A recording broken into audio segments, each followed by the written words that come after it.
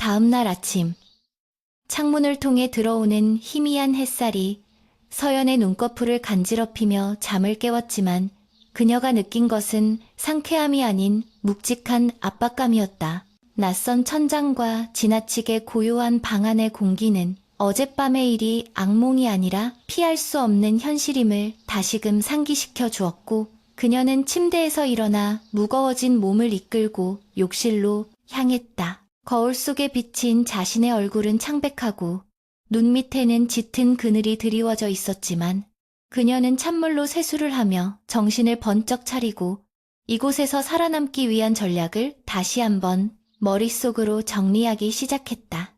강태무라는 남자가 지배하는 이 거대한 성체에서 살아남기 위해서는 감정에 휘둘리지 않는 냉철한 이성과 그가 숨기고 있는 허점을 찾아내는 예리한 관찰력이 필수적이라는 사실을 그녀는 본능적으로 깨닫고 있었다. 그녀가 옷을 갈아입고 1층 식당으로 내려갔을 때 강태무는 이미 긴 테이블의 상석에 앉아 식사를 하고 있었고, 그의 앞에는 태블릿 PC와 몇 장의 서류가 놓여 있었다. 그는 그녀가 들어오는 소리를 들었음에도 불구하고 시선을 돌리지 않은 채 묵묵히 블랙 커피를 마시며 화면 속의 정보를 확인하는 데에만 집중하고 있어 마치 그녀를 투명 인간 취급하는 듯 했다. 서연은 굳이 인사를 건네거나 불필요한 대화를 시도하지 않고 조용히 맞은편 자리에 앉았으며 가정부로 보이는 중년 여성이 가져다준 식사를 기계적으로 입안에 밀어 넣으며 그의 행동 하나하나를 유심히 관찰했다. 그는 갱단의 보스라기보다는 대기업의 냉혹한 CEO처럼 보였고, 그의 손짓이나 식사 예절에는 천박함이라고는 찾아볼 수 없는 절제된 기품이 배어 있어 그녀의 의구심을 더욱 증폭시켰다.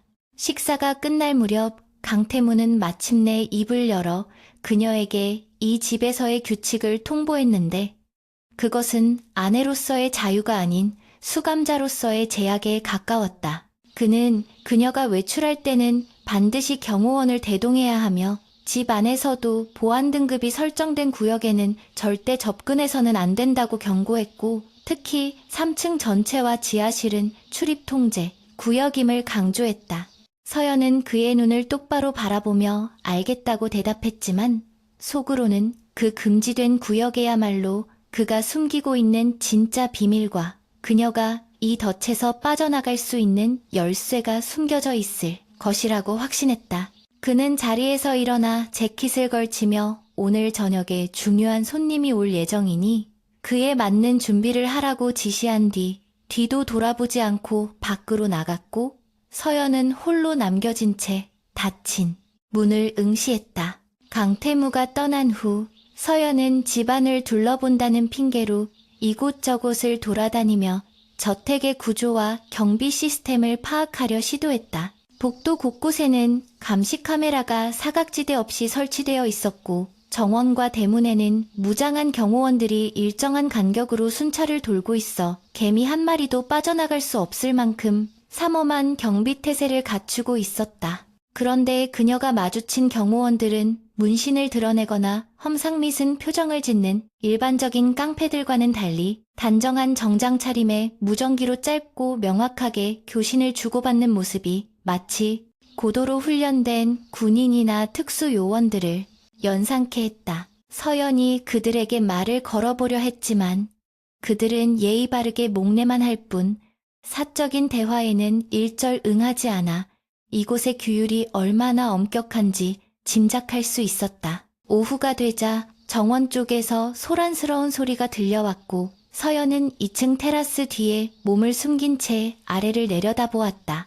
정원 한가운데에는 멍투성이가 된 남자가 무릎을 꿇고 있었고, 그 앞에는 강태무가 무표정한 얼굴로 서 있었으며 주위에는 검은 양복을 입은 사내들이 병풍처럼 둘러서 있었다. 서연은 곧 끔찍한 폭력이 벌어질 것이라 예상하고 눈을 질끈 감으려 했지만 강태무는 주먹을 휘두르는 대신 품에서 서류 봉투 하나를 꺼내 남자 앞에 툭 던졌다. 남자는 떨리는 손으로 봉투를 열어 내용을 확인하더니 사색이 되어 바닥에 머리를 조아리며 살려달라고 애원하기 시작했고 강태무는 차가운 목소리로 무언가를 속삭였다. 그것은 육체적인 고통을 주는 것보다 훨씬 더 잔인하고 효율적인 방법으로 상대를 무너뜨리는 심리적 처형임이 분명해 보였다. 강태무는 배신자의 손가락을 자르거나 구타하는 대신 그가 횡령한 자금의 흐름을 추적하여 그의 가족들이 연루된 증거를 확보하고 그것을 경찰이 아닌 사채업자들에게 넘기겠다는 협박을 하고 있었다. 그는 남자가 조직을 배신하고 얻은 이익이 결국은 파멸로 돌아갈 것임을 논리정연하게 설명했고 남자는 공포에 질려 스스로 모든 것을 포기하고 자수하겠다고 울부짖었다. 서연은 이 장면을 지켜보며 강태무가 단순한 폭력배가 아니라 사람의 약점을 정확히 파고들어 조종하는데 능숙한 전략가라는 사실에 전율을 느꼈다. 피 한 방울 흘리지 않고 상대를 완전히 굴복시키는 그의 방식은 그녀가 금융계에서 보았던 냉혹한 기업 사냥꾼들의 수법과 놀랍도록 닮아 있어 그에 대한 공포심과 함께 기묘한 호기심이 동시에 일어났다. 그때 검은색 세단 한 대가 정원 안으로 미끄러지듯 들어왔고 차문이 열리며 기름진 머리에 거만한 표정을 지은 중년 남자가 내렸다. 그는 이 상황이 익숙한 듯 꿇어앉아 있는 배신자를 힐끔 쳐다보고는 비웃음을 흘리며 강태무에게 다가갔고 강태무는 방금 전까지의 위압적인 태도를 거두고 그에게 정중하게 고개를 숙였다. 서연은 그 중년 남자가 뉴스에서 종종 보았던 거대 건설사의 최 이사라는 것을 즉시 알아보았고 그가 왜 조폭의 소굴에 나타나 강태무를 하대하는지 의문을 가졌다. 최 이사는 강태무의 어깨를 툭툭 치며 모욕적인 언사를 내뱉었고 강태무는 주먹을 꽉 쥐어 손등에 힘줄이 솟아올랐지만 끝내 감정을 억누르고 그의 말을 경청하는 모습을 보였다. 최 이사는 강태무에게 이번 재개발 건과 관련된 뒤처리를 깔끔하게 처리하지 않으면 위선에서 가만히 있지 않을 것이라고 협박하며 그를 마치 사냥개 부리듯 대했다. 강태무는 굴욕적인 상황에서도 표정 하나 바꾸지 않고 알겠다고 대답했지만 그의 눈빛만은 시퍼렇게 타오르고 있어 언제 폭발할지 모르는 활화산 같은 위태로움을 자아냈다. 테라스 위에서 이 모든 것을 지켜보던 서연은 강태무 역시 이 거대한 부패의 사슬 속에서 자유롭지 못한 존재이며 누군가의 지시를 받고 움직이는 말에 불과하다는 사실을 깨달았다. 천하의 강태무를 저렇게 꼼짝 못하게 만들 수 있는 배후 세력이 존재한다는 것은 그녀가 상대해야 할 적이 단순히 조직폭력배 하나가 아니라는 것을 의미했다. 최 이사가 떠난 후 강태무는 한참 동안 그 자리에 서서 차가 사라진 방향을 노려보았고 그 뒷모습에서는 억누를 수 없는 분노와 함께 깊은 고독이 묻어났다. 서연은 그가 단순히 돈과 권력을 뺏는 악당이라기보다는 무언가 거대한 목표를 위해 굴욕을 감내하고 있는 사람처럼 느껴졌고 이는 그녀의 분석가적 직감을 강하게 자극했다. 그녀는 방으로 돌아와 책상에 앉아 오늘 목격한 정보들을 머릿속으로 조합해보았고 강태무가 겉으로 보여주는 모습과 실제 행동 사이에 존재하는 모순점들을 하나씩 짚어보았다. 그는 폭력보다는 정보를 무기로 사용하고 상부의 압박을 받으면서도 자신의 조직을 군대처럼 통솔하고 있었으며 이는 일반적인 범죄 조직의 생리와는 확연히 달랐다. 저녁 식사 시간이 되어 다시 마주한 두 사람 사이에는 묘한 긴장감이 흘렀고 서연은 용기를 내어 낮에 보았던 손님에 대해 넌지시 물었다. 강태무는 나이프를 내려놓으며 날카로운 눈빛으로 그녀를 쏘아보았고 그가 하는 일에 대해 너무 많은 것을 알려고 하지 말라고 경고했다. 그는 호기심이 고양이를 죽인다는 속담을 인용하며 그녀의 안전을 위해서라도 눈과 귀를 닫고 사는 것이 좋을 것이라고 차갑게 덧붙였다. 하지만 서연은 그의 경고 속에 담긴 의미가 단순한 협박이 아니라 그녀를 위험한 진실로부터 격리시키려는 의도처럼 들렸고, 그것은 오히려 그녀의 탐구심에 불을 지피는 계기가 되었다. 서연은 식사를 마친 후 방으로 돌아가지 않고 서재 쪽으로 발걸음을 옮겼지만 입구에 서 있던 경호원이 정중하지만 단호하게 그녀의 앞을 막아섰다. 그녀는 물러서는 척하며 경호원의 어깨 너머로 살짝 열린 문틈 사이를 엿보았고 그 안에서 수많은 모니터와 복잡한 그래프들이 띄워진 화면을 순간적으로 포착했다. 그것은 범죄 조직의 장부라기보다는 주식시장의 현황판이나 금융수사팀의 상황실을 연상시키는 광경이었고 그녀의 심장은 두근거리기 시작했다. 강태무가 숨기고 있는 진짜 정체와 그가 밤마다 서재에서 몰두하고 있는 작업이 무엇인지 알아낸다면 이 지옥 같은 결혼 생활을 끝낼 수 있는 결정적인 카드를 쥐게 될지도 모른다는 희망이 생겼다. 그날 밤 서연은 침대에 누워 잠을 이루지 못하고 뒤척이며 앞으로의 계획을 세우는데 골몰했다. 그녀는 강태무가 자리를 비우는 틈을 타서 반드시 서재에 잠입해 그 컴퓨터 속에 들어있는 데이터를 확인해야겠다고 결심했다. 위험천만한 도박이었지만 아무것도 하지 않고 그의 처분만을 기다리며 살기에는 그녀의 자존심과 능력이 허락하지 않았기 때문이다. 창밖에서는 여전히 비가 내리고 있었고 빗소리에 섞여 들려오는 정원 경비원들의 발자국 소리가 그녀의 긴장을 늦추지 못하게 만들었지만 그녀의 눈빛만은 어둠 속에서 형형하게 빛나고 있었다. 칠흑 같은 어둠이 저택을 완전히 집어삼킨 새벽 2시.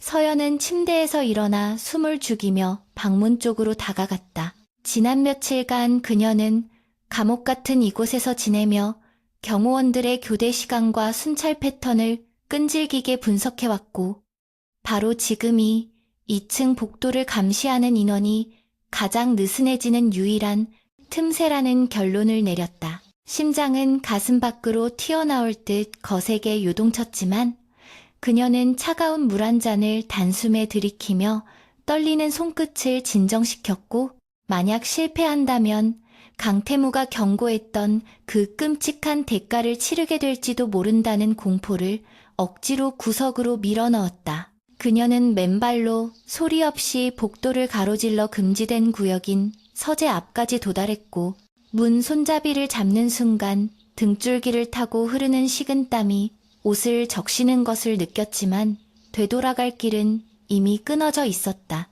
놀랍게도 굳게 잠겨있을 줄 알았던 서재문은 손잡이를 돌리자 미세한 소음을 내며 부드럽게 열렸는데 이것이 그녀를 시험하기 위한 강태무의 함정인지 아니면 신이 준 마지막 기회인지 판단할 겨를도 없이 그녀는 재빨리 안으로 몸을 미끄러뜨렸다. 서재 안은 외부의 빛이 완벽하게 차단되어 있었지만 책상 위에 켜져 있는 여러 대의 모니터에서 뿜어져 나오는 푸르스름한 불빛이 방 안을 기묘한 분위기로 물들이고 있었다. 서연은 숨소리조차 내지 않으려 입술을 깨물며 책상으로 다가갔고 그곳에는 어지럽게 흩어진 서류 뭉치들과 함께 암호화된 파일들이 화면 가득 떠 있는 노트북이 놓여 있었다. 그녀는 본능적으로 자신이 찾던 판도라의 상자가 바로 여기 있음을 직감했고 시간이 없다는 생각에 빠르게 ht어진 서류들을 훑어보기 시작했다. 그 서류들은 평범한 회계장부가 아니라 복잡하게 얽히고 설킨 이중장부였는데 일반인의 눈에는 그저 무작위로 나열된 숫자들의 집합처럼 보였겠지만 대한민국 최고의 회계법인에서 잔뼈가 굵은 서연의 눈에는 하나의 거대한 지도로 보였다. 그녀는 익숙한 손놀림으로 장부의 흐름을 역추적하기 시작했고 페이퍼 컴퍼니를 통해 세탁되고 있는 자금의 규모가 상상을 초월한다는 사실에 경악을 금치 못했다. 수천억 원에 달하는 검은 돈이 홍콩과 스위스 그리고 케이맨 제도의 유령 회사들을 거쳐 어디론가 흘러들어가고 있었는데 그 흐름은 정교하면서도 치밀하게 설계되어 있어 웬만한 전문가도 혀를 내두를 정도였다. 하지만 서연이 페이지를 넘길수록 무언가 이상한 위화감이 그녀의 머릿속을 맴돌기 시작했고 그녀는 미간을 찌푸리며 숫자들이 가리키는 방향을 다시 한번 꼼꼼하게 점검했다. 일반적으로 범죄 조직이 자금 세탁을 하는 목적은 돈의 출처를 지우고 깨끗한 돈으로 위장하여 자신들의 주머니로 넣기 위함인데 이 장부의 기록들은 그 법칙을 교묘하게 거스르고 있었다. 자금은 세탁되는 과정에서 흔적을 지우기는커녕 오히려 특정한 패턴의 디지털 지문을 남기고 있었고 최종 목적지는 강태무의 개인 계좌나 조직의 금고가 아닌 정계와 재계의 유력 인사들과 연결된 차명 계좌들이었다. 서연의 손끝이 떨리기 시작했다. 이것은 돈을 숨기기 위한 장부가 아니라 누군가에게 뇌물을 건네거나 불법 자금을 전달한 경로를 낱낱이 기록하여 훗날 그들을 처참하기 위해 만들어진 치명적인 증거자료였던 것이다. 강태무는 이 거대한 부패의 사슬을 운영하는 하수인이 아니라 그 사슬의 가장 깊은 곳까지 침투하여 시한폭탄을 설치하고 있는 설계자라는 가설이 그녀의 뇌리를 스치고 지나갔다. 그때 등 뒤에서 재미있는 걸 발견했나 보군이라는 낮고 서늘한 목소리가 들려왔고 서연은 심장이 얼어붙는 듯한 충격을 받으며 천천히 고개를 돌렸다. 어둠 속에 잠겨있던 소파에서 강태무가 천천히 몸을 일으키며 걸어오고 있었는데 그의 손에는 총 대신 반쯤 비어있는 위스키 잔이 들려 있었지만 그가 뿜어내는 살기는 총구보다 더 날카로웠다. 그는 그녀가 들어오는 순간부터, 아니 어쩌면 그녀가 방을 나서는 순간부터 모든 것을 지켜보고 있었던 것이 분명했다. 서연은 공포에 질려 뒷걸음질 치다.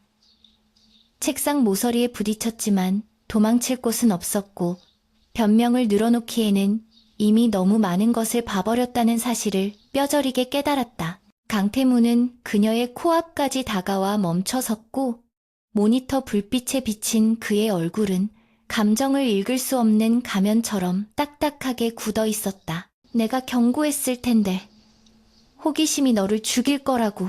강태무는 서연의 손에 들린 장부를 거칠게 낚아채 책상 위에 던지며 으르렁거렸고 그의 눈빛은 금방이라도 그녀를 집어삼킬 듯이 이글거렸다. 하지만 서연은 극한의 공포 속에서도 기이한 오기가 발동하는 것을 느꼈는데 그것은 죽음에 대한 두려움보다 눈앞에 놓인 진실을 확인하고 싶은 욕망이 더 컸기 때문이었다. 그녀는 떨리는 목소리를 애써 가다듬으며 그의 눈을 똑바로 쳐다보고 말했다. 이 장부는 당신 것이 아니에요. 아니, 당신이 만들었지만 당신을 위한 게 아니죠. 이건 덫이에요. 그녀의 당돌한 말에 강태무의 눈썹이 꿈틀했고 그는 의외라는 듯한 표정으로 그녀를 내려다보며 설명을 요구하는 듯한 침묵을 지켰다. 서연은 이것이 자신이 살 수 있는 유일한 기회임을 직감하고 머릿속에 있는 분석 결과를 필사적으로 쏟아내기 시작했다. 일반적인 자금 세탁은 레이어링 단계에서 자금의 출처를 완전히 분산시키지만 이 장부의 기록들은 의도적으로 특정 계좌들로 자금이 모이도록 설계되어 있어요. 마치 누군가가 나중에 추적해주기를 바라는 것처럼요. 서연은 모니터 화면을 가리키며 설명을 이어갔다. 여기 보이는 이 페이퍼 컴퍼니들의 이니셜을 조합하면 특정 날짜와 장소가 나와요. 그리고 이 자금들이 최종적으로 도달한 곳은 며칠 전 당신을 찾아왔던 최 이사가 관리하는 비자금 계좌와 일치해요. 당신은 돈을 빼돌리는 게 아니라 그들이 돈을 받았다는 움직일 수 없는 증거를 수집하고 있는 거예요. 서연의 말이 끝날 때마다 강태무의 표정에는 미세한 균열이 생겨났고 그의 눈빛은 살기에서 흥미로 그리고 다시 경계심으로 빠르게 변화했다. 그는 자신이 몇 년에 걸쳐 비밀리에 구축해놓은 시스템을 이 여자가 단 몇십 분 만에 간파해냈다는 사실에 내심 혀를 내두르고 있었다. 강태무는 책상에 삐딱하게 기대어 팔짱을 끼고 서연을 응시하며 그래서? 내 말이 사실이라면 내가 널 살려둬야 할 이유가 더더욱 없어지는데 비밀을 너무 많이 아는 여자는 수명이 짧다는 걸 모르나? 라고 비아냥거렸다. 하지만 그의 목소리에는 아까와 같은 명백한 살인은 사라져 있었고 오히려 그녀를 시험해 보려는 듯한 뉘앙스가 짙게 깔려 있었다. 서연은 한 걸음도 물러서지 않고 그에게 맞서며 대답했다. 당신이 정말로 저를 죽일 생각이었다면 제가 이 방에 들어오자마자 쏘았겠죠. 하지만 당신은 지켜봤어요. 제가 무엇을 알아내는지 궁금했으니까요. 당신에게는 이 복잡한 암호들을 풀어줄 사람이 필요해요. 당신이 모으고 있는 데이터는 너무 방대해서 혼자서 처리하기엔 역부족일 테니까요. 제가 도울 수 있어요. 그녀는 자신의 생존 가치를 증명하기 위해 승부수를 던졌고 방 안에는 팽팽한 긴장감이 감돌았다. 강태무는 잠시 동안 침묵을 지키다 낮게 웃음을 터뜨렸는데 그것은 비웃음이 아니라 그녀의 대담함에 대한 인정에 가까웠다. 그는 서연에게 다가와 그녀의 턱을 거칠게 들어올리며 그녀의 눈동자 깊은 곳을 들여다보았다. 네가 상상하는 것보다 훨씬 더 위험한 일이야. 발을 들이는 순간 되돌아갈 수 없고 실수하는 순간 너뿐만 아니라 네 동생까지 죽게 될 거야. 그의 경고는 서늘했지만 그 이면에는 그녀를 걱정하는 듯한 혹은 그녀를 이 위험한 게임의 파트너로 받아들이려는 듯한 기류가 흘렀다.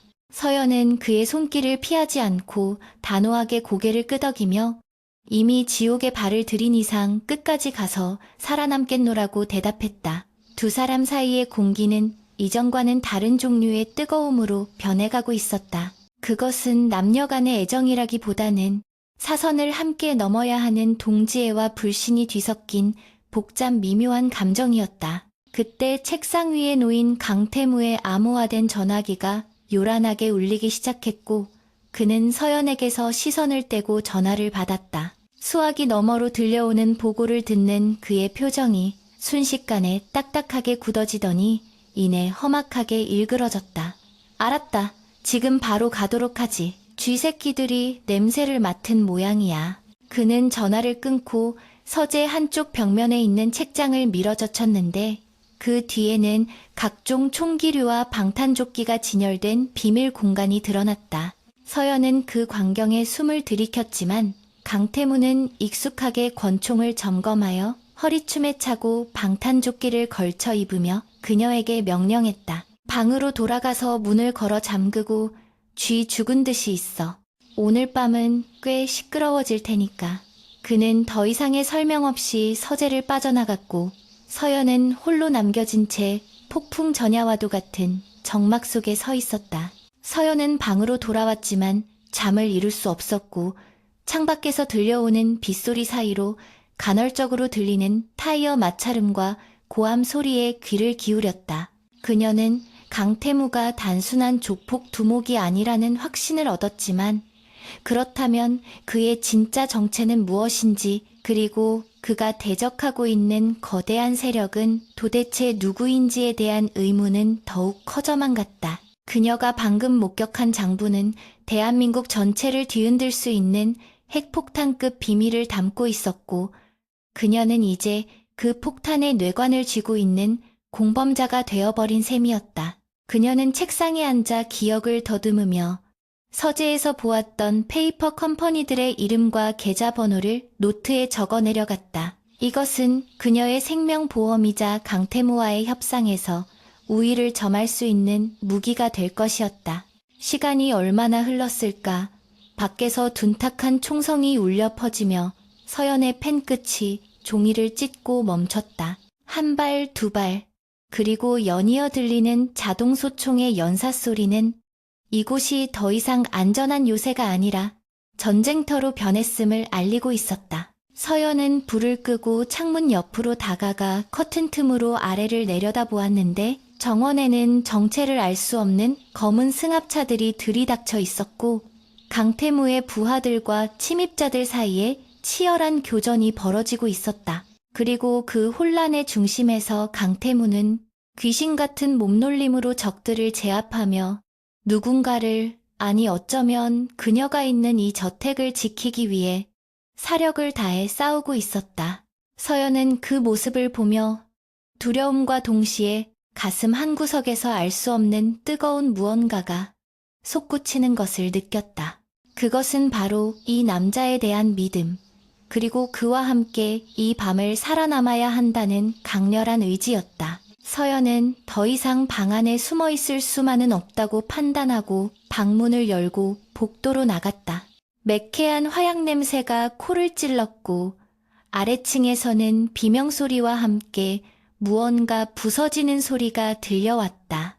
그녀는 계단 난간에 몸을 숨기고 1층 홀을 내려다보았는데 몇 명의 침입자들이 경비망을 뚫고 내부로 진입하여 2층으로 올라오려는 찰나였다. 서연은 순간적인 기지를 발휘하여 복도에 장식용으로 놓여있던 무거운 도자기 화병을 들어 계단 아래로 힘껏 내던졌다. 와장창 하는 굉음과 함께 화병이 산산조각나며 파편이 사방으로 튀었고 기습적인 소음에 놀란 침입자들이 잠시 주춤하는 사이 1층 어둠 속에서 강태무가 튀어나와 정확한 사격으로 그들을 쓰러뜨렸다. 그는 계단 위를 올려다보며 짧게 눈짓을 보냈는데 그것은 들어가 있어 라는 무언의 외침이었지만 서연은 그 눈빛 속에서 처음으로 자신을 향한 동료애를 읽을 수 있었다. 계단 아래에서 들려오는 총소리가 잠시 멈춘 사이 강태무는 짐승 같은 속도로 계단을 뛰어 올라와 서연의 손목을 낚아챘는데 그의 손아귀 힘은 너무나 강해서 뼈가 으스러질 것 같은 고통이 느껴질 정도였다. 서연은 비명을 지를 틈도 없이 그의 거친 힘에 이끌려 복도 안쪽으로 질질 끌려가다시피 달렸고 그들의 뒤로는 윙윙거리는 소리와 함께 총알들이 벽에 박히며 석고가루가 하얗게 흩날리고 있었다. 강태무는 달리면서도 한 손으로는 서연을 보호하고 다른 한 손으로는 권총을 뒤로 겨누어 맹목적인 사격을 가하며 추격자들의 접근을 견제했는데 그 동작 하나하나에는 군더더기라고는 찾아볼 수 없는 절제된 효율성이 배어 있었다. 서연은 숨이 턱 끝까지 차올라 심장이 터질 것 같았지만 지금 멈추면 죽음뿐이라는 사실을 직감하고 이를 악물며 그의 발걸음을 필사적으로 쫓아갔다. 그들은 복도 끝에 위치한 침실로 뛰어들었고 강태무는 재빨리 문을 닫고 육중한 참나무 서랍장을 밀어 입구를 봉쇄한 뒤 거친 숨을 몰아쉬며 탄창을 확인했다. 방 안은 어둠에 잠겨 있었지만 창문을 통해 들어오는 달빛이 그의 얼굴을 비추었는데 땀으로 범벅이 된 그의 이마와 날카롭게 빛나는 눈동자는 마치 사냥감 앞에 선 맹수와도 같았다. 서연은 바닥에 주저앉아 떨리는 다리를 진정시키려 애썼지만 방금 전 눈앞에서 벌어진 살벌한 총격전의 잔상이 뇌리에서 지워지지 않아 공포에 질린 눈으로 강태무를 올려다보았다. 그는 서연의 상태를 살피는 대신 무전기를 꺼내어 암호 같은 명령어를 속삭였는데 그것은 일반적인 조폭들이 사용하는 은어가 아니라 군대나 경찰, 특공대에서나 들을 법한 전술 용어들이었다. 알파팀, 후문 쪽으로 진입해서 퇴로를 확보해. 브라보팀은 2층으로 올라오는 놈들을 저지한다. 생포는 필요 없다. 전원 사살해. 강태무의 목소리는 차분하다 못해 서늘할 정도로 냉정했고 그의 지시가 떨어지자마자 바깥에서는 더욱 격렬한 총격음과 함께 수류탄이 터지는 듯한 굉음이 들려왔다. 서연은 그제야 이 상황이 단순한 조직 간의 세력 다툼이 아니라 고도로 훈련된 전문가들끼리 벌이는 전쟁이라는 사실을 깨달았다. 그녀를 공격해온 자들도 그리고 그들을 막아내고 있는 강태무의 부하들도 평범한 깡패들이 아니었다. 그녀의 머릿속에서는 혼란스러운 퍼즐 조각들이 제멋대로 춤을 추고 있었지만 지금은 질문을 던질 때가 아니라는 것을 본능적으로 알았다. 그때 봉쇄된 방문 너머에서 둔탁한 충격음이 들려오더니 나무 문짝이 도끼에 찍힌 듯 쪼개지며 총구가 쑥 들어왔고 강태무는 반사적으로 서연을 침대 뒤로 밀쳐 넘어뜨리며 몸을 날렸다. 엎드려! 그가 외침과 동시에 방 안으로 섬광탄이 굴러들어왔고 눈을 멀게 할 듯한 강렬한 백색 섬광과 함께 귀가 먹먹해지는 폭발음이 터졌다. 서연은 비명을 지르며 귀를 막고 웅크렸지만 강태무는 시야가 차단된 상황에서도 당황하지 않고 기억해둔 위치를 향해 정확하게 사격을 가했다. 그는 마치 눈이 아닌 감각으로 적을 감지하는 듯했고 문을 부수고 난입하려던 검은 복면의 사내들은 비명 한 번 제대로 지르지 못한 채 바닥으로 쓰러졌다.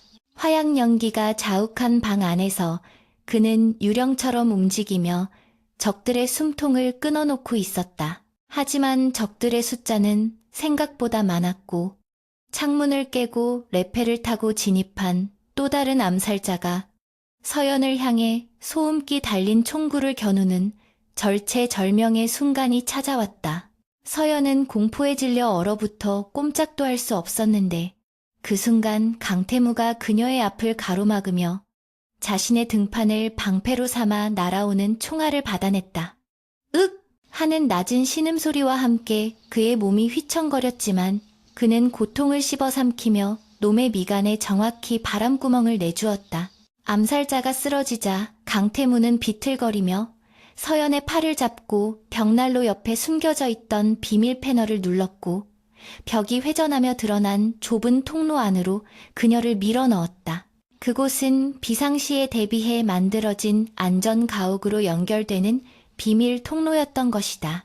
두 사람은 어둡고 습한 통로를 지나 지하 벙커처럼 꾸며진 안전한 방에 도착했는데 두꺼운 강철문이 닫히며 외부의 소음이 완전히 차단되자 그제야 긴장이 풀린 서연은 다리가 풀려 주저앉았다. 그러나 강태무는 벽에 기대어 가쁜 숨을 몰아쉬고 있었고 그의 왼쪽 어깨에서는 검붉은 피가 셔츠를 적시며 바닥으로 뚝뚝 떨어지고 있었다. 서연은 쏘스라치게 놀라 그에게 달려가 상처를 살폈는데 총알이 관통한 자리는 끔찍하게 훼손되어 있었고 출혈량이 너무 많아 지체할 시간이 없었다. 그녀는 방 한 구석에 비치된 구급상자를 찾아내어 떨리는 손으로 가위와 붕대를 꺼냈고 그의 셔츠를 찢어내며 응급처치를 시작했다. 강태무는 고통스러운 표정으로 눈을 감고 있었지만 신음소리 하나 내지 않고 그녀의 손길을 견뎌내고 있었다.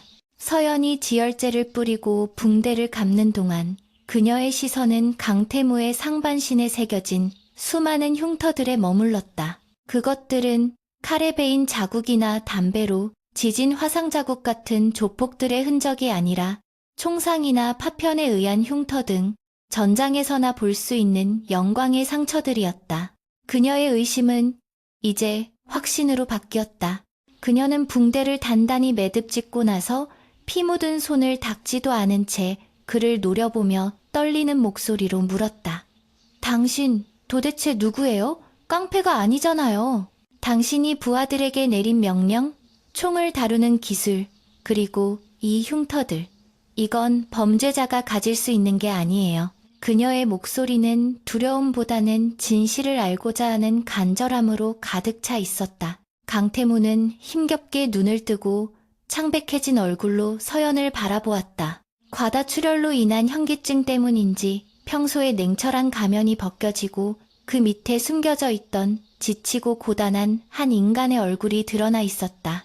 그는 피 묻은 손으로 안주머니를 뒤적거려 낡은 가죽 지갑 하나를 꺼내어 그녀에게 건넸다. 서연이 조심스럽게 지갑을 열자 그 안에는 금속으로 된 경찰 배지와 함께 제복을 입고 찍은 강태무의 증명사진이 들어있는 신분증이 꽂혀 있었다. 서울지방경찰청 광역수사대 특수범죄수사팀 경정 강태무. 서연은 믿을 수 없다는 듯 입을 틀어막았고 머릿속이 하얗게 변하며 그동안 그에 대해 가졌던 모든 편견과 오해가 산산조각 나는 것을 느꼈다. 대한민국에서 가장 악명 높은 조폭 두목이 사실은 경찰의 고위 간부였다니 이는 상상조차 할 수 없었던 반전이었다. 놀랐나? 하긴 나도 가끔은 거울을 볼 때마다 내가 경찰인지 깡패인지 헷갈릴 때가 있으니까. 강태무가 자조 섞인 웃음을 흘리며 힘없이 중얼거렸다. 그는 벽에 머리를 기대고 천장을 응시하며 그동안 혼자서 짊어져야 했던 무거운 비밀을 털어놓기 시작했다. 10년 전 내 아버지는 거대 기업과 결탁한 부패 경찰들에 의해 억울하게 누명을 쓰고 자살로 위장되어 살해당했어. 나는 그 배후를 밝히기 위해 경찰이 되었지만 법이라는 테두리 안에서는 절대로 잡을 수 없는 거악이 존재한다는 걸 깨달았지. 놈들은 법 위에 군림하며 돈으로 모든 증거를 인멸하고 있었으니까. 그래서 나는 스스로 괴물이 되기로 결심했어. 놈들의 소굴로 들어가서 놈들의 방식대로 신뢰를 얻고 가장 높은 곳까지 올라가서 놈들의 목줄을 끊어버리기 위해서 말이야. 서연은 그의 고백을 들으며 가슴이 먹먹해지는 것을 느꼈다. 그가 보여주었던 잔인함과 냉혹함은 모두 연기였고 그 깊은 내면에는 정의를 실현하고자 하는 처절한 집념과 복수심이 불타고 있었던 것이다. 그녀는 조심스럽게 물었다. 그럼 우리 아버지는요? 아버지가 남긴 빚 때문에 저와 결혼한 게 아니었나요? 강태무는 고개를 저으며 슬픈 눈빛으로 그녀를 바라보았다. 한 회장님은 단순히 도박 빚을 진 게 아니었어. 그분은 내가 심어놓은 내부 협력자였지. 놈들의 자금 흐름을 추적하는데 결정적인 도움을 주셨지만 그 사실이 발각되어 제거당하신 거야. 내가 조금만 더 빨랐더라면 구할 수 있었을 텐데 내 불찰이었어. 그의 목소리는 죄책감으로 떨리고 있었다. 너를 억지로 내 곁에 둔 건 놈들이 한 회장님의 딸인 너를 다음 타겟으로 노리고 있었기 때문이야. 네가 가진 회계 지식과 아버지가 남겼을지도 모르는 증거를 놈들이 두려워했으니까.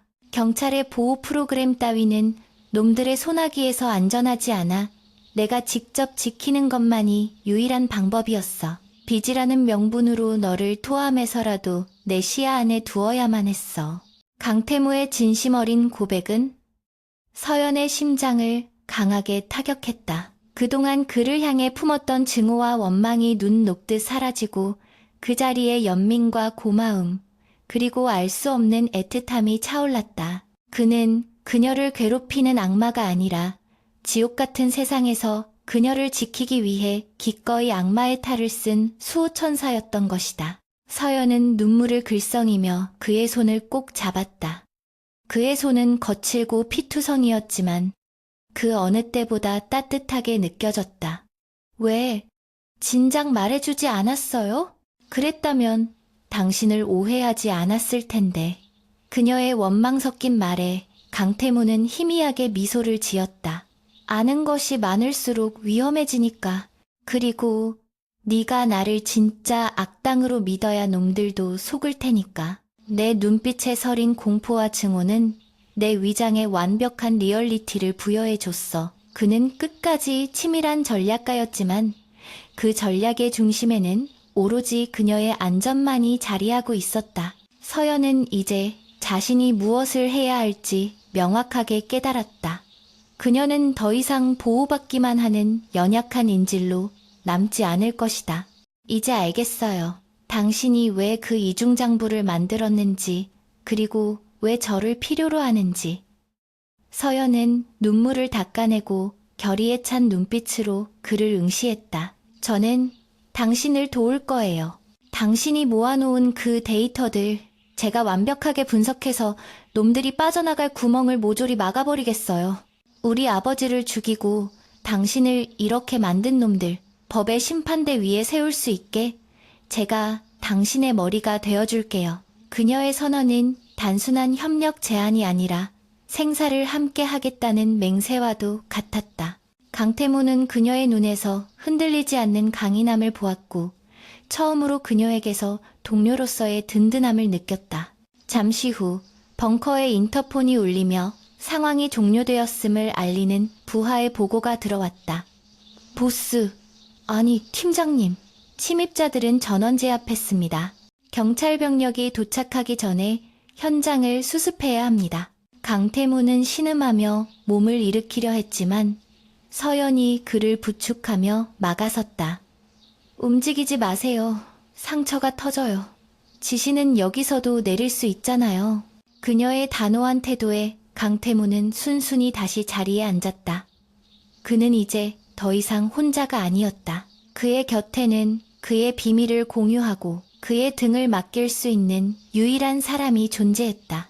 두 사람 사이에는 말로는 설명할 수 없는 깊은 유대감이 형성되어 있었고, 이 유대감은 앞으로 닥쳐올 거대한 폭풍우를 헤쳐나갈 가장 강력한 무기가 될 것이었다. 새벽이 밝아오고 있었지만 그들의 밤은 이제 막 시작된 것이나 다름없었다. 강태무는 지친 기색으로 잠시 눈을 붙였고 서연은 그의 곁을 지키며 잠든 그의 얼굴을 하염없이 바라보았다. 날카로운 턱선과 굳게 담은 입술, 그리고 고통 속에서도 놓지 않았던 긴장의 끈이 풀린 그의 모습은 한없이 안쓰러웠다. 그녀는 조심스럽게 손을 뻗어 그의 흐트러진 머리카락을 넘겨주었다.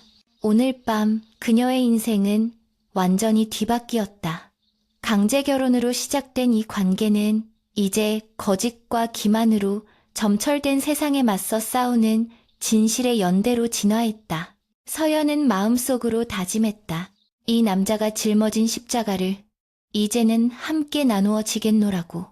그리고 반드시 살아남아 이 지옥 같은 연극의 막을 내리고 그와 함께 진짜 세상으로 걸어나가겠노라고. 그날 밤의 습격 이후 저택의 공기는 완전히 달라져 있었고 서연과 태무 사이를 가로막고 있던 보이지 않는 벽도 허물어져 있었다. 서연은 더 이상 감시를 받는 인질이 아니라 작전의 핵심 브레인으로서 당당하게 서재를 드나들었고 태무의 부하들도 그녀를 형수님이 아닌 작전관으로 대우하며 깍듯하게 경례를 붙였다. 그녀는 태무가 수년간 모아온 방대한 분량의 금융 데이터들을 밤낮없이 분석하며 자금 흐름의 패턴을 시각화하는 작업에 몰두했고 그 과정에서 천지그룹의 장 회장이 정계, 로비, 자금을 조성하기 위해 유령 법인들을 어떻게 활용했는지에 대한 결정적인 단서를 포착해냈다. 태무는 작전 회의 때마다 그녀가 제시하는 날카로운 통찰력에 감탄을 금치 못했고 그녀를 자신의 파트너로 선택한 것이 실수 아니었음을 확신하게 되었다. 하지만 서연의 분석이 깊어질수록 그들은 넘을 수 없는 기술적 한계에 봉착했는데 그것은 바로 자금의 최종 종착지인 해외 비밀 계좌의 접속 코드가 오프라인 서버에만 저장되어 있다는 점이었다. 즉, 아무리 뛰어난 해킹 기술을 동원하더라도 외부에서는 절대로 접근할 수 없으며 누군가가 직접 천지그룹 본사의 메인 서버실에 침투하여 물리적으로 데이터를 빼내와야 한다는 뜻이었다. 태무는 위험 부담이 너무 크다며 난색을 표했지만 서연은 이번 주말에 열리는 천지그룹 주최의 자선 파티야말로 보안이 가장 허술해지는 기회라고 주장하며 그를 설득했다.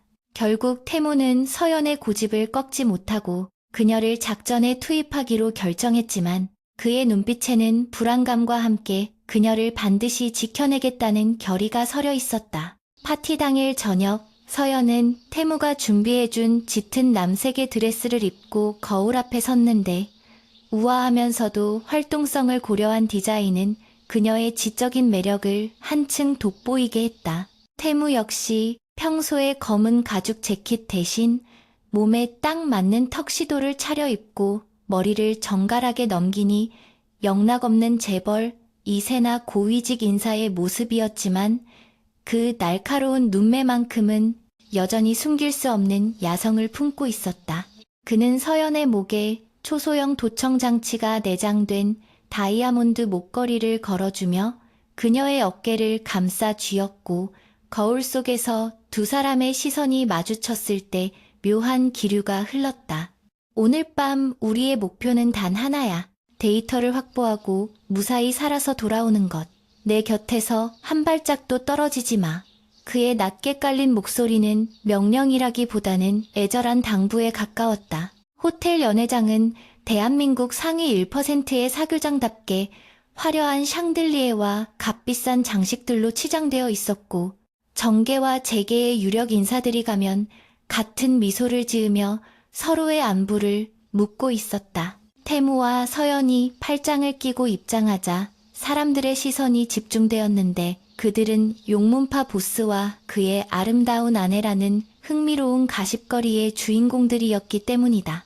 태무는 능숙하게 사람들과 인사를 나누며 서연을 에스코트했고 서연 역시 긴장한 내색 없이 우아한 미소로 응대하며 완벽한 내조를 연기했지만 그녀의 눈은 쉴 새 없이 회장, 주변의 경호 배치와 서버실로 향하는 동선을 파악하고 있었다. 화려한 조명 아래서 샴페인 잔이 부딪히는 소리가 경쾌하게 울려 퍼졌지만 두 사람에게는 그 소리가 마치 전쟁터의 포성처럼 들려왔다. 드디어 오늘의 타겟인 천지그룹의 장 회장이 모습을 드러냈는데 그는 인자해 보이는 겉모습과는 달리 눈빛에 탐욕과 잔인함이 가득한 노인이었다. 그는 태무에게 다가와 어깨를 두드리며 친근한 척 말을 걸었지만 그 속내에는 태무를 시험해 보려는 의도가 다분히 깔려 있었다. 강 사장, 요새 사업이 번창한다지? 내 뒷마당에서 시끄러운 일이 좀 있었다던데 자네와는 상관없는 일이겠지? 장 회장의 뼈있는 농담에 태무는 여유로운 미소를 잃지 않고 받아쳤다. 물론입니다, 회장님. 쥐새끼 몇 마리가 설쳐대길래 청소 좀 했을 뿐입니다. 회장님 심기를 거스르지 않게 조용히 처리했습니다. 두 남자 사이에 오가는 대화는 겉으로는 평화로워 보였지만 그 밑바닥에는 서로의 목을 노리는 칼날이 숨겨져 있어 곁에 있던 서연마저 숨이 막힐 지경이었다. 장 회장이 다른 손님들에게 인사를 하러 자리를 비운 사이 태무는 일부러 큰 소리로 웨이터와 시비를 붙으며 소란을 피워 사람들의 이목을 집중시켰다. 이것이 바로 서연에게 보내는 신호였고 그녀는 사람들이 태무에게 시선을 뺏긴 틈을 타 자연스럽게 군중 속으로 사라져 VIP 전용 통로 쪽으로 발걸음을 옮겼다. 그녀는 핸드백 속에 숨겨둔 카드키 복사기를 이용해 보안 요원의 아이디 카드를 스캔한 뒤 엘리베이터에 탑승했고 서버실이 위치한 최상층 버튼을 눌렀다. 엘리베이터가 올라가는 동안 그녀는 쿵쾅거리는 심장을 진정시키며 태무가 챙겨준 USB 드라이브를 손에 꽉 쥐었다. 이제부터는 태무의 도움 없이 오로지 그녀 혼자만의 싸움이었고 실패는 곧 죽음을 의미한다는 사실이 그녀의 어깨를 무겁게 짓눌렀다. 최상층 복도는 쥐 죽은 듯 고요했고 곳곳에 설치된 CCTV의 붉은 불빛만이 감시자의 눈처럼 번득이고 있었다. 서연은 태무가 미리 해킹해둔 루프 영상을 이용해 카메라의 감시를 피하며 서버실 문 앞에 도달했고 복사한 아이디 카드로 잠금을 해제했다. 육중한 문이 열리자 수많은 서버렉들이 웅웅거리는 소리를 내며 돌아가는 광경이 펼쳐졌고 그녀는 재빨리 메인 콘솔로 달려가 USB를 꽂고 데이터 복사를 시작했다. 화면에 나타난 진행률 표시 막대가 더디게 차오르는 동안 그녀는 초조함에 입술을 깨물며 문 쪽을 계속해서 힐끔거렸다. 1분 1초가 억겁의 시간처럼 느껴졌고 그녀의 등 뒤로는 식은 땀이 흘러내려 드레스를 축축하게 적시고 있었다. 그때 복도에서 또각또각하는 구두 소리가 들려오더니 점점 가까워지기 시작했고 서연은 공포에 질려 숨을 멈췄다. 순찰을 돌던 보안팀장이 예정보다 일찍 돌아온 것이 분명했고 그녀는 도망칠 곳을 찾았지만 서버실 안에는 몸을 숨길 만한 곳이 마땅치 않았다. 절체절명의 순간 태무의 목소리가 인이어를 통해 들려왔다. 서연아, 침착해. 지금 건물 전체에 소방경보를 울릴 거야. 10초 뒤에 정전이 될 거니까 그 틈을 타서 비상구로 빠져나가. 그의 목소리는 차분하고 단호했으며 그 말을 듣는 순간 거짓말처럼 두려움이 가라앉았다.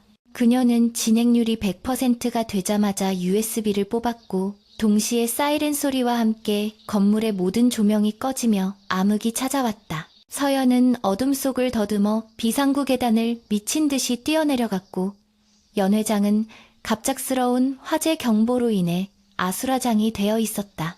사람들은 비명을 지르며 출구로 몰려들었고 그 혼란 속에서 태무는 서연이 빠져나오는 것을 발견하고 인파를 해치고 그녀에게 다가갔다. 그는 그녀의 허리를 감싸 안으며 걱정스러운 눈빛으로 그녀를 살폈고 서연은 가쁜 숨을 몰아쉬며 고개를 끄덕여 성공했음을 알렸다. 그들은 마치 겁에 질린 부부처럼 연기하며 다른 사람들과 섞여 호텔을 빠져나왔지만 그들의 맞잡은 손에는 승리의 전율이 흐르고 있었다. 차에 올라타 안전한 곳으로 이동하는 동안 두 사람은 아무 말도 하지 않았지만 서로를 바라보는 눈빛만으로도 수많은 대화를 나누고 있었다.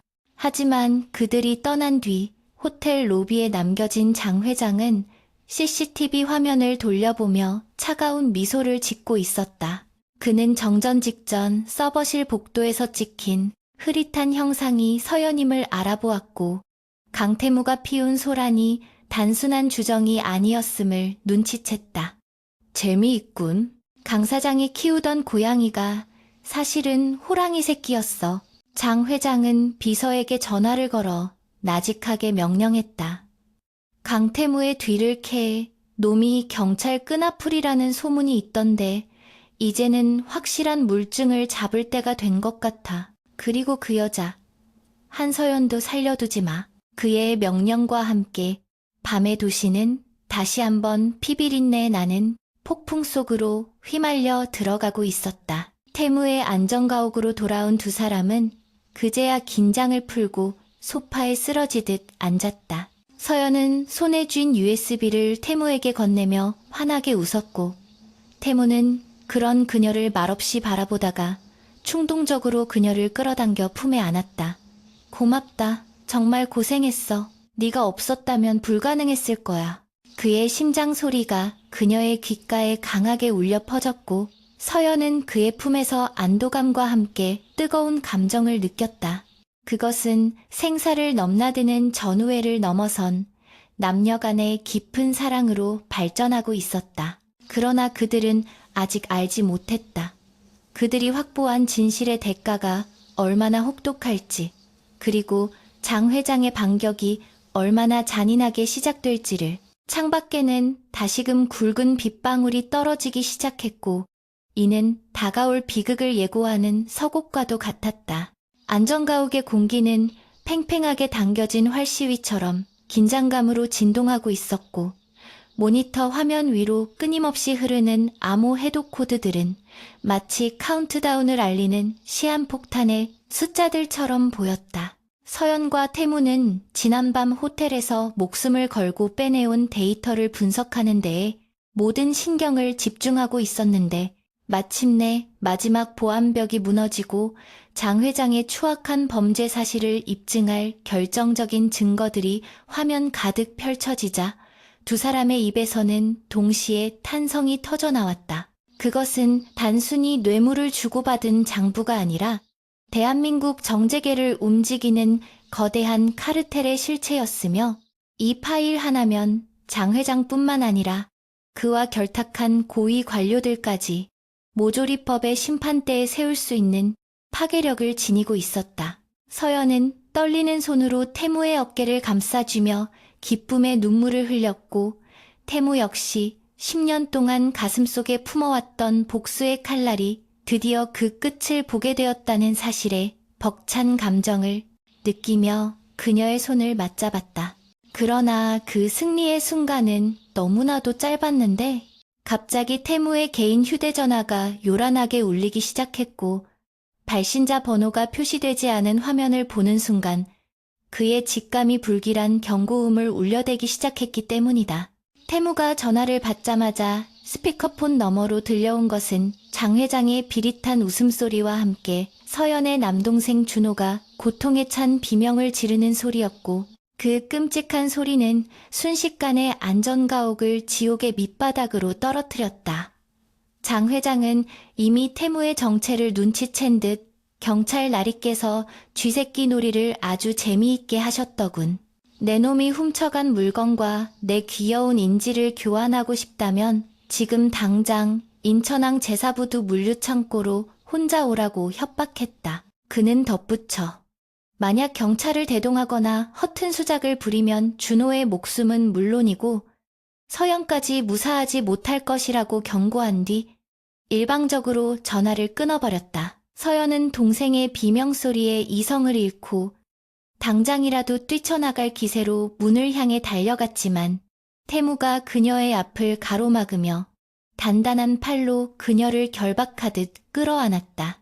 그녀는 태무의 품에서 발버둥치며 놓으라고 울부짖었지만 태무는 흔들림 없는 눈빛으로 그녀를 똑바로 바라보며 지금 흥분해서 달려가면 모두가 죽는다고 차갑게 일갈했다. 그는 이것이 명백한 함정이며 장 회장은 증거를 되찾는 것뿐만 아니라 자신과 서연을 동시에 제거하여 입을 막으려는 속셈임을 정확하게 꿰뚫어 보고 있었다. 태무는 서연의 어깨를 잡고 진정시키며 준호는 내가 반드시 데려올 거야.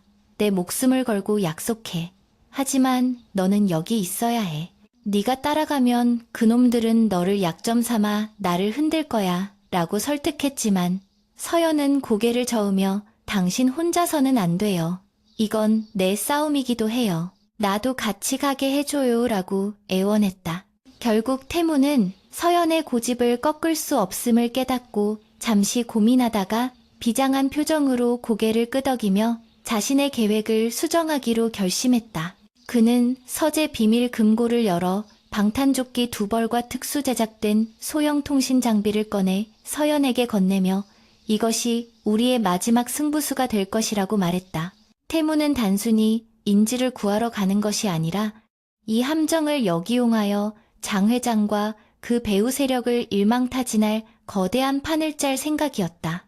그는 경찰청 특수수사팀장에게 암호화된 메시지를 보내 병력 지원을 요청하는 동시에 방송국 기자로 일하는 옛 동료에게 연락하여 인천항에서 벌어질 일을 실시간으로 중계할 준비를 하라고 지시했다. 그것은 자신의 경찰 신분이 노출되어 10년간 쌓아온 잠입수사의 공로가 물거품이 될지라도 사랑하는 사람들을 지키기 위해 모든 것을 거는 위험한 도박이었다.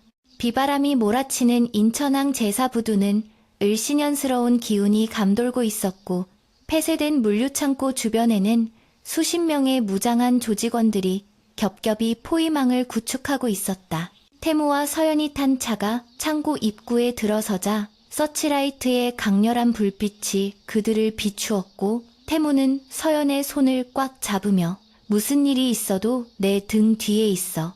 신호하기 전까지는 절대 움직이지 마. 라고 나직하게 속삭였다.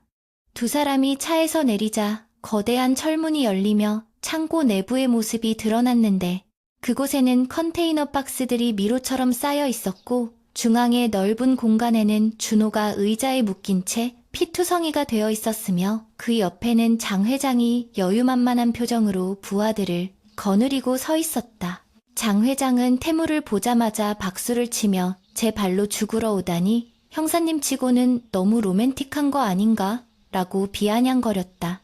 태무는 품에서 USB 드라이브를 꺼내 들어 보이며 준호를 먼저 풀어주면 이 증거를 넘기겠다고 제안했지만 장 회장은 코웃음을 치며 부하들에게 눈짓을 보내 태무를 공격하도록 명령했다. 수십 명의 건장한 사내들이 쇠파이프와 칼을 들고 달려들었고 태무는 서연을 컨테이너 뒤로 밀쳐낸 뒤 짐승 같은 포효와 함께 적진으로 뛰어들었다. 그는 총을 사용할 수 없는 상황에서도 맨손 격투술과 주변 지형지물을 이용해 적들을 하나둘씩 쓰러뜨렸는데 그 모습은 흡사 지옥에서 올라온 아수라와도 같았다.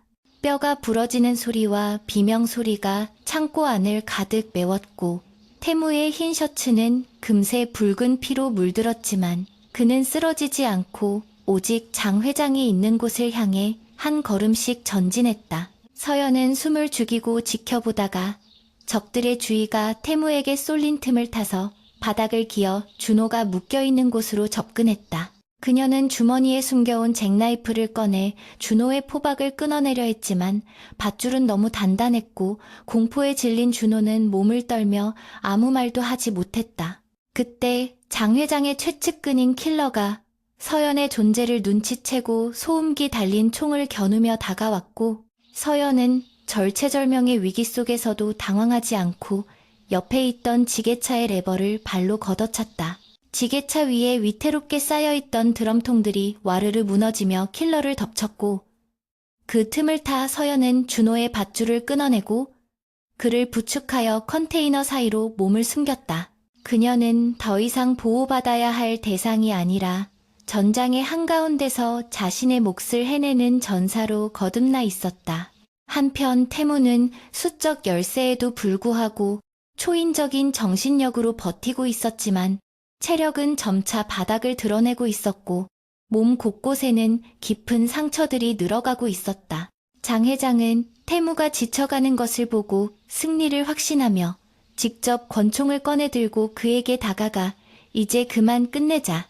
내 놈의 시체는 바다에 던져 물고기 밥으로 주고 그 계집은 내 놀이개로 삼아주마 라고 저주를 퍼부었다. 장 회장이 방아쇠를 당기려는 찰나 태무는 피 묻은 입술을 비틀어 웃으며 아니 끝나는 건 내가 아니라 바로 너다 라고 중얼거렸다. 그 순간 창고의 모든 조명이 꺼지고 미리 설치해둔 특수 조명탄이 터지며 눈부신 섬광이 장 회장의 시야를 가렸다. 그리고 동시에 창고 밖에서 경찰 사이렌 소리가 요란하게 울려 퍼지며 특공대원들이 창문을 깨고 레페를 타고 진입하기 시작했다.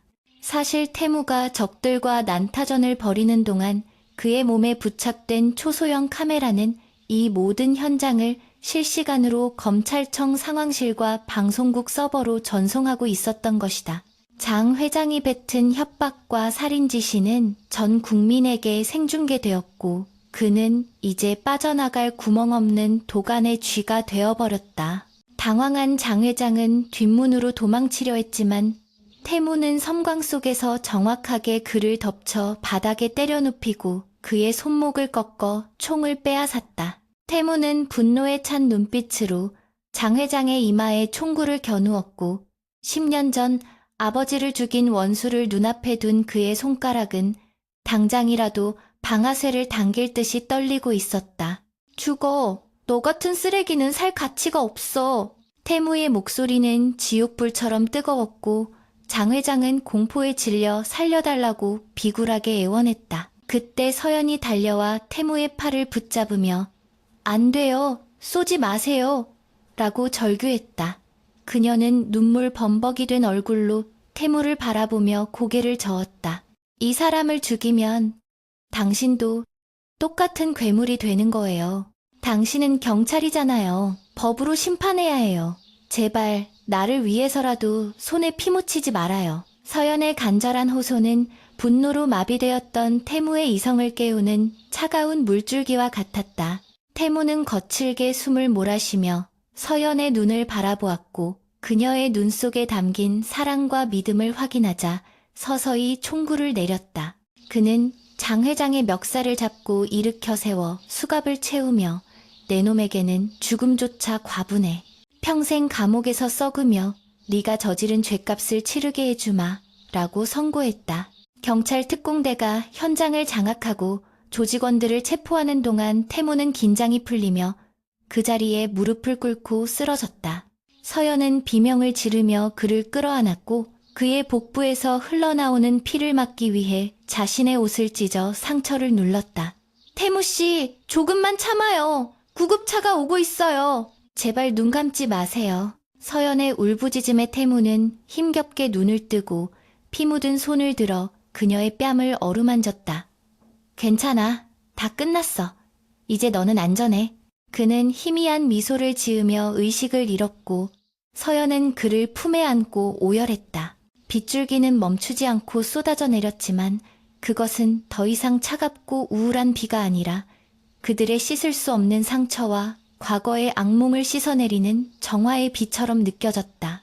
그날 밤 인천항의 물류창고는 거대 범죄 조직인 용문파와 천지그룹의 몰락을 알리는 무덤이 되었고 동시에 강태무와 한서연이라는 두 사람의 새로운 시작을 알리는 성지가 되었다. 구급차에 실려가는 태무의 손을 끝까지 놓지 않는 서연의 모습은 현장에 출동한 경찰들과 기자들의 카메라에 담겨 전설처럼 퍼져나갔다. 그것은 단순히 조폭과 인질의 로맨스가 아니라 거대한 악에 맞서 싸운 두 영혼의 처절하고도 아름다운 사랑 이야기의 클라이맥스였다. 하지만 태무의 부상은 심각했고 그가 과연 다시 일어날 수 있을지는 아무도 장담할 수 없는 상황이었다. 서연은 수술실로 들어가는 태무를 바라보며 맹세했다. 그가 깨어날 때까지, 그리고 그가 다시 웃을 수 있을 때까지 절대로 그 곁을 떠나지 않겠다고. 이것은 그녀가 그에게 보내는, 그리고 자신에게 보내는 생의 가장 중요한 약속이었다. 수술실 앞에 붉은 등이 꺼지기를 기다리는 시간은 서연에게 있어 영겁의 세월과도 같았고, 코끝을 맴도는 소독약 냄새는 불과 몇 시간 전까지 맡았던 비릿한 피냄새와 뒤섞여 그녀의 속을 울렁거리게 만들었다. 태무가 수술실로 들어간 지 벌써 10시간이 넘어가고 있었지만 서연은 굳게 닫힌 문에서 한시도 눈을 떼지 못한 채 두 손을 모아 간절히 기도하고 있었는데, 그것은 신을 믿지 않던 그녀가 생애 처음으로 절대자에게 매달리는 순간이었다. 병원 복도 텔레비전에서는 천지 그룹 장 회장의 체포 소식과 함께 대한민국 정재계를 뒤흔드는 거대한 비리 게이트의 실체가 속보로 쏟아져 나오고 있었지만 서연의 귀에는 앵커의 흥분된 목소리가 전혀 들어오지 않았다. 그녀에게 중요한 것은 정의의 실현이나 잃어버린 명예의 회복이 아니라 오직 단 한 사람, 강태무의 심장이 다시 힘차게 뛰는 것뿐이었다. 마침내 수술실 문이 열리고 집도이가 피로에 찌든 얼굴로 걸어 나왔을 때 서연은 다리에 힘이 풀려 주저앉을 뻔했으나 준호의 부축을 받아 겨우 일어섰다. 의사는 총알이 심장을 아슬아슬하게 비켜갔으며 다행히 장기 손상은 크지 않아 생명에는 지장이 없을 것이라는 기적 같은 소식을 전했고, 그 말을 듣는 순간 서연은 참았던 눈물을 터뜨리며 바닥에 무너져 내렸다. 그것은 안도의 눈물이자 지난 몇 달간 그녀를 짓눌러왔던 공포와 절망이 씻겨내려가는 해방의 눈물이었다. 그녀는 중환자실 유리창 너머로 산소 호흡기를 낀 채 잠들어 있는 태무를 바라보며 맹세했다. 다시는 그를 혼자 두지 않겠노라고. 이제는 자신이 그를 지키는 방패가 되어주겠노라고. 태무가 의식을 회복한 것은 그로부터 사흘이 지난 후였는데, 그가 눈을 떴을 때 가장 먼저 찾은 것은 자신의 안위가 아니라 서연의 안부였다. 다친 데는 없어? 갈라지는 목소리로 묻는 그의 첫마디에 서연은 그의 손을 볼에 비비며 하염없이 고개를 끄덕였고, 태무는 희미하게 웃으며 떨리는 손을 들어 그녀의 눈물을 닦아주었다. 그들의 재회는 화려한 말이나 격정적인 포옹 없이도 충분히 뜨거웠고, 서로를 바라보는 눈빛만으로도 두 사람 사이에 흐르는 깊은 사랑과 신뢰를 확인할 수 있었다. 병실 창밖으로 쏟아지는 따스한 햇살은 마치 길고 긴 어둠의 터널을 지나온 그들을 축복하듯 눈부시게 빛나고 있었고, 두 사람은 그제야 비로소 평범한 연인들처럼 평온한 오후를 맞이할 수 있었다. 태무의 회복 속도는 놀라울 정도로 빨랐는데, 그것은 강인한 정신력 덕분이기도 했지만 무엇보다 서연의 지극정성 어린 간호가 큰 몫을 했다. 그녀는 병실 한쪽에 간이 침대를 놓고 먹고 자며 그의 곁을 지켰고, 태무가 재활치료를 힘겨워할 때마다 그를 응원하며 다시 일어설 수 있는 힘을 불어넣어 주었다. 한편 검찰은 서연이 해독한 이중장부와 태무가 제공한 내부 자료를 토대로 장 회장과 연루된 고위 공직자들을 줄줄이 구속 기소했고, 대한민국은 건국 이래 최대 규모의 사정정국을 맞이하게 되었다. 서연은 법정의 증인으로 출석하여 자신이 겪은 모든 일과 아버지의 억울한 죽음에 대해 당당하게 증언했고, 그녀의 용기 있는 고백은 전 국민의 공분을 불러일으키며 재판의 흐름을 결정짓는 스모킹건이 되었다. 재판이 끝난 후 태무는 경찰청장의 특별 사면과 복직 명령을 받았지만 그는 정중하게 사직서를 제출하고 경찰 제복을 벗기로 결심했다. 그는 지난 10년간 어둠 속에서 너무 많은 피를 보았고, 이제는 법의 테두리 안에서 범죄자를 잡는 것보다 더 중요한 일을 하고 싶다는 뜻을 밝혔다. 그는 아버지의 유산과 자신이 모은 자금을 모두 사회에 환원하여 범죄 피해자들을 돕는 재단을 설립하겠다고 선언했고, 이는 조폭 두목 강태무라는 오명을 완전히 씻어내고 인권운동가 강태무로서의 새로운 인생을 시작하는 신호탄이었다.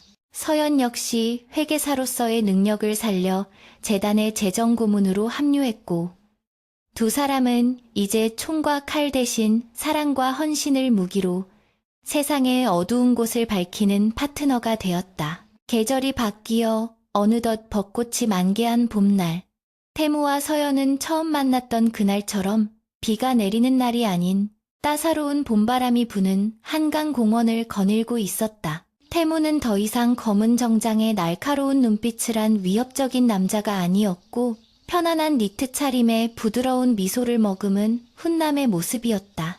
서연 역시 빚에 쫓기던 불안한 여자가 아니라 자신감 넘치고 생기발랄한 모습으로 그의 팔짱을 끼고 걷고 있었다. 두 사람은 벤치에 앉아 강물에 비친 윤수를 바라보며 지난날의 아픈 기억들을 추억처럼 이야기했고, 그 고통스러웠던 시간들이 있었기에 지금의 행복이 더욱 소중하게 느껴진다는 사실에 공감했다. 기억나? 당신이 나한테 2년 계약 결혼을 제안했던 거. 서연이 장난스럽게 웃으며 묻자 태무는 쑥스러운 듯 뒷머리를 긁적이며 대답했다. 그때는 그게 널 지킬 수 있는 유일한 방법이라고 생각했어. 널 사랑하게 될 줄은 꿈에도 몰랐으니까. 그는 잠시 말을 멈추고 주머니에서 작은 벨벳 상자를 꺼내어 서연의 손에 쥐어주었다. 상자 안에는 화려한 다이아몬드 반지가 아닌 심플하지만 세련된 디자인의 백금 반지가 들어있었는데, 안쪽에는 Eternity 영원이라는 문구가 새겨져 있었다. 이번에는 가짜 계약이 아니야. 기간도 2년이 아니고 평생이야. 나랑 진짜 결혼해 줄래? 강태무의 아내가 아니라 강태무의 동반자로. 그의 프로포즈는 투박했지만 진심이 가득 담겨 있었고 서연의 가슴을 뭉클하게 만들었다. 서연은 눈물이 고인 눈으로 그를 바라보며 환하게 미소 지었다. 조건이 있어요. 당신 이제 다시는 혼자 위험한 곳에 가지 않기. 그리고 아침밥은 꼭 같이 먹기. 어때요? 그녀의 귀여운 조건에 태무는 소리내어 웃으며 고개를 끄덕였다. 약속할게.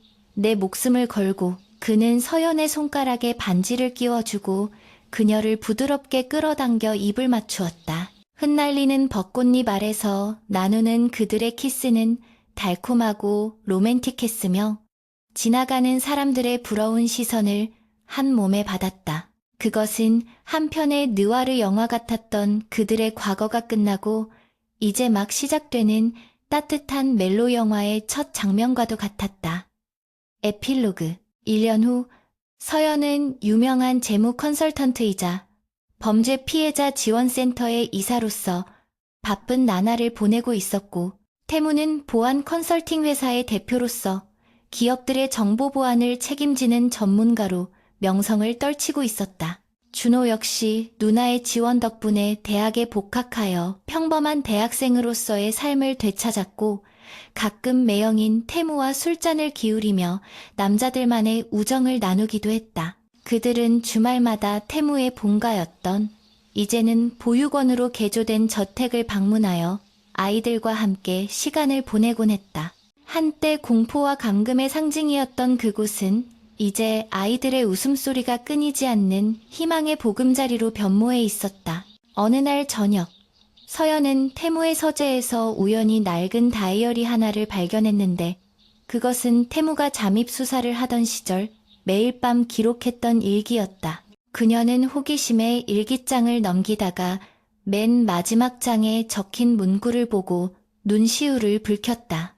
지옥 같은 삶 속에서 유일한 빛을 만났다. 그녀를 지키기 위해서라면 나는 기꺼이 악마가 될 것이다. 하지만 언젠가 그녀가 나를 다시 사람으로 만들어줄 날이 오기를 나는 매일 밤 기도한다. 날짜는 그들이 처음 만났던 바로 그날이었다. 태무는 처음부터 그녀를 사랑하고 있었고, 그녀가 자신의 구원자가 될 것임을 예감하고 있었던 것이다. 퇴근하고 돌아온 태무가 서재 문가에 서서 일기장을 들고 울고 있는 서연을 발견하고 당황하며 다가왔다. 이걸 언제 봤어? 부끄럽게.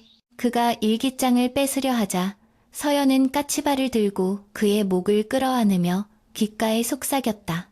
고마워요. 악마가 되는 걸 두려워하지 않고 나를 지켜줘서, 그리고 다시 사람으로 돌아와줘서. 태무는 그녀를 마주 안으며 그녀의 머리카락에 입을 맞추었다. 당신이 있었기에 가능했어. 당신은 내 인생의 전부이자 나의 유일한 구원이야. 창밖에는 도시의 야경이 별처럼 빛나고 있었고 두 사람은 서로의 온기를 느끼며 평온한 침묵 속에 잠겨 있었다. 그들의 앞날에 또 어떤 시련이 닥칠지는 아무도 알 수 없었지만 이제 그들은 두렵지 않았다. 서로가 서로의 등대가 되어주는 한 어떤 어둠도 그들을 갈라놓을 수 없을 테니까. 강태무와 한서연. 두 사람의 이야기는 비극으로 시작되었으나 가장 완벽한 해피엔딩으로 완성되었다. 그리고 그들의 사랑은 이 거대한 도시의 전설이 되어 어둠 속에서 희망을 찾는 모든 이들에게 작은 위로가 되어줄 것이다.